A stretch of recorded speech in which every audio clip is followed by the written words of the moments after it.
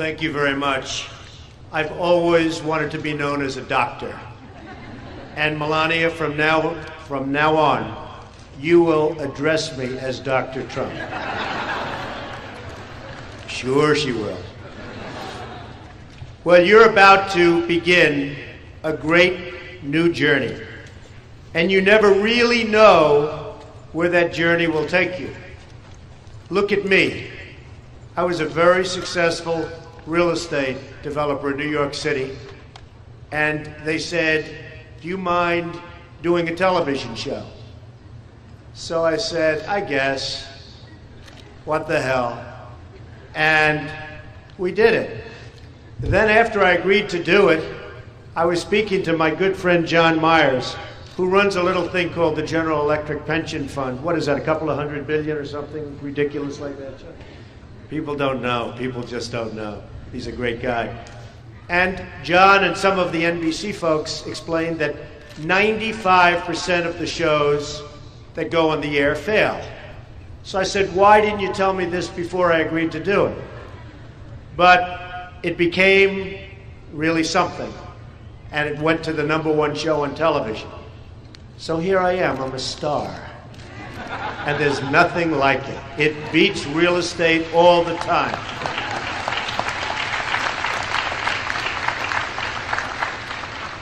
I hope each and every one of you realize how really important you are, not only to your parents, and you owe them a very big thank you, but really you have to realize that to yourself. And if you do, you're going to go out and conquer.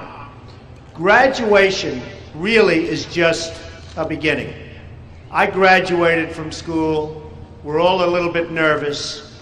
We never know what's going to happen. We never know where the world is going. We're in a pretty frightening place right now. But I thought what I'd do is put down a few points so that you folks can go out and at least maybe have a guideline. Because I've lived by this guideline. And it sort of worked. We've had some little doubts every once in a while, but it's worked for me. And I always begin by saying, you have to love what you do. If you don't love it, don't do it. Don't let your parents push you into something. Don't let your girlfriend, your boyfriend, don't let anybody push you in. If you don't love it, don't do it, and probably you won't be very good at it if you're doing something against your will. It may not seem like the right thing at the time, but you've got to love it. Another thing, give 100% of what you've got. No matter how long we're on this planet, if we're 80, 90, or 100 years old, it's really just a speck of time. So give 100%. Just so important. Review yourself every day. How am I doing? Especially now. How am I doing? What am I doing? Am I enjoying it? Am I doing it well? Do my bosses like me? What's going on? Review yourself. See how things are going. You're going to have a lot of problems. Life is tough. In 1990, and John can tell you, I owed billions and billions of dollars, and it seemed like there was no end. Some people would say $9.2 billion. Nobody wants to owe that much money. I slept well, but the banks didn't. No, I'm only kidding.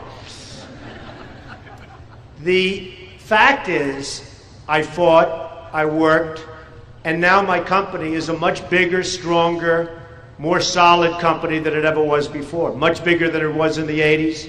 Much, much bigger than it was in the 90s. But I never gave up. And honestly, the odds were against me. The Guinness Book of Records, other than this great recognition today, I think in its own way I'm very honored. The Guinness Book of Records has me down as the greatest personal financial comeback of all time. Now, I don't know what that means because I just kept working. It was the same thing. The 90s weren't as good as the 80s. Then the end of the 90s were great. And now it's sort of better than that. But you just keep working. Be disciplined. Don't lose discipline. Get out there and fight for everything. Don't lose discipline. And don't live on the edge like I do. You don't need it. You want to have a nice, normal life, folks, okay? Study something every day. Learn. There's nothing like education. You know, I grew up right next to Wagner College. A lot of people don't know. They see Trump Tower and they see Fifth Avenue. I love this. When John asked me to receive this great recognition, I was happy to do it. My father owned a job right next door, Grimes Hill Apartments, and I would collect coins in the washing machines with my father almost every Saturday. And we'd go around collecting. On Howard, we'd just go around and collect. And there usually wasn't too much money in there, but we'd collect. And it'd say, come on, let's make the rounds. And we'd stop at Wagner College a lot. And I happen to think, and I've been to great colleges and great campuses, I happen to think that this is one of the most beautiful campuses anywhere in the United States. I really believe it.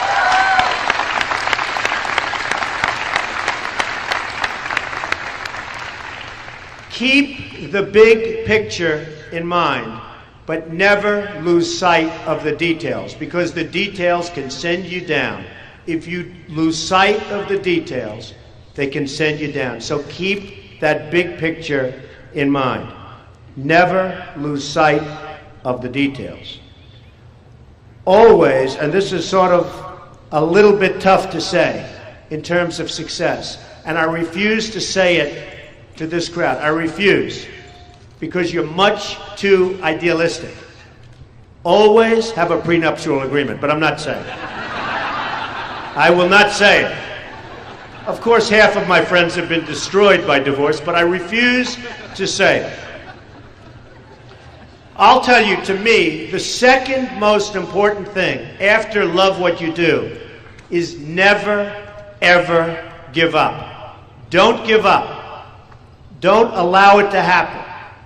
If there's a concrete wall in front of you, go through it, go over it, go around it, but get to the other side of that wall. I have so many people that I've seen over the years, if they just fought a little bit harder, they would have made it. They would have succeeded. They would have accomplished their goal. But they gave up. Don't give up. Abraham Lincoln said, I will study and prepare, and perhaps, just perhaps, my chance will come. And that's very, very true. And just in closing, I'm going to say to you two words that I only said once on The Apprentice. You're hired. Good luck. Do well. Thank you.